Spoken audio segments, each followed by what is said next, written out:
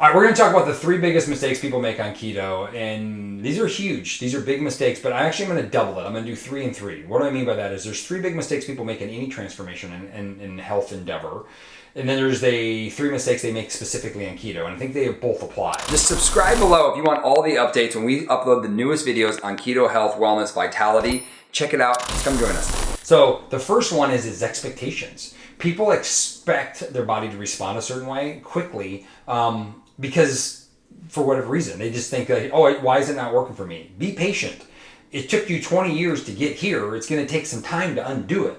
Elevating your ketone levels or getting healthy in general takes time. Your body's trying to rejuvenate itself. It's trying to survive and live and thrive. It doesn't necessarily care about your pant size.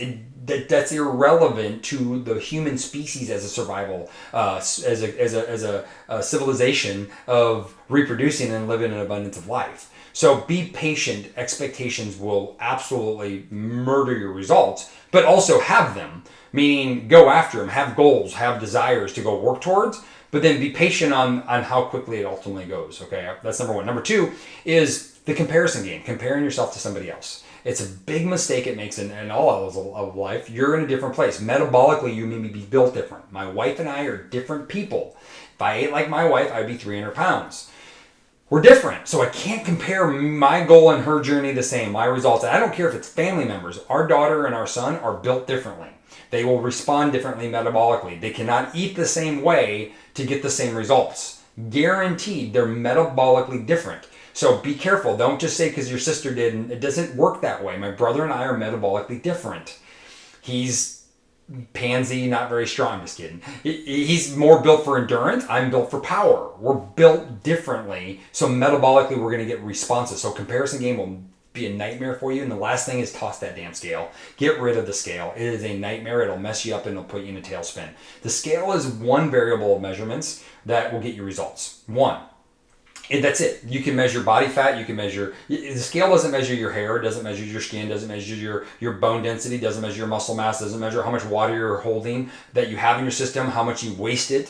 Some people go, "Oh, I lost 3 pounds," and they just peed out 3 pounds of fluid.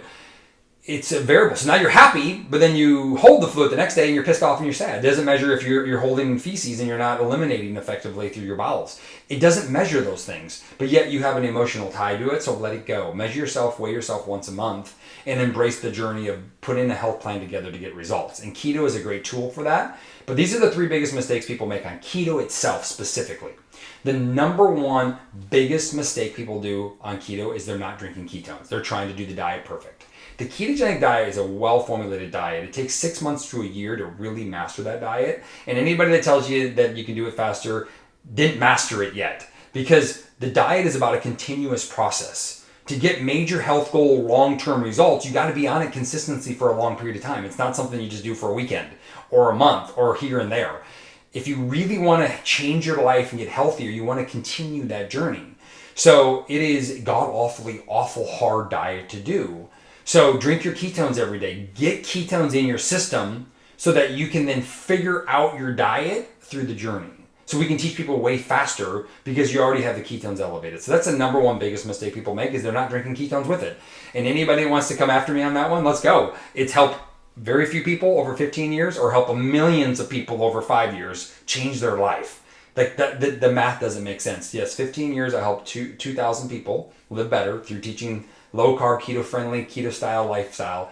And then in 5 years, by just having them drink ketones first, millions of people's lives have changed.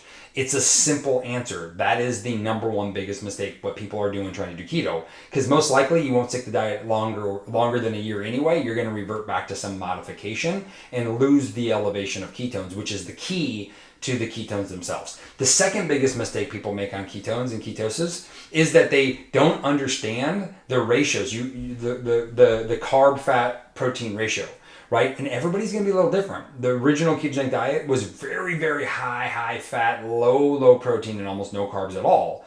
But then we have these ratios down below. Everybody's going to fall into those lines differently. So when you're looking at formulating your own diet, it's a trial and error to figure out where you're at. Some people start on the high end, high fat first, and then they slowly will increase their protein over time, keeping the carbs low, which I think is a really good way of doing that. The challenge is that if you don't metabolize fat very well, it can be really hard on your body to try to break down the fat consumption. Gallbladder and everything else may not be very, very successful on that. Of course, the other rules, the first 3 rules apply. The last biggest mistake people make on keto is they don't stay hydrated properly. Sodium, but electrolytes in general are all very important. So the amount of sodium or salt that you add to and the amount of electrolytes you have to add can seem to be a lot. Maybe 5,000 to 7,000 milligrams of sodium. And that's a lot of salt. Remember, salt isn't all sodium. There's a lot of other parts of salt. So you may need to consume a lot more saltier things, salty broths, to maintaining the vitality. If you don't, you might feel like crap half the time, even though you're in ketosis. So it's got to be about formulation. So those are really the secrets and the keys of the biggest mistakes people make. But it's easy. Solve the problem. Come follow us. Come follow the Keto Pro, and we'll take you through a journey, help you find your way, and you probably won't ever have to go to any one of the extremes and get great results, long-lasting results, and feel better than ever. And that's why we do what we do. We want to help millions of people change their lives, but teach them how to live their life within a diet plan or a nutritional plan that's suitable for you, that's not like anybody else. And the only way to do that is to get into ketosis first, using our drink. Second thing is to find a lifestyle that you're willing to follow long term. That might be low carb variables, or it might be full blown keto, or it might not be at all. If you're a high level athlete, we might keep carbs as a big part of your diet. We'll figure it out as we go, y'all. Cheers. Hey, thanks for watching the video. Just subscribe below if you want all the updates when we upload the newest videos on keto, health, wellness, vitality. Check it out. Come join us.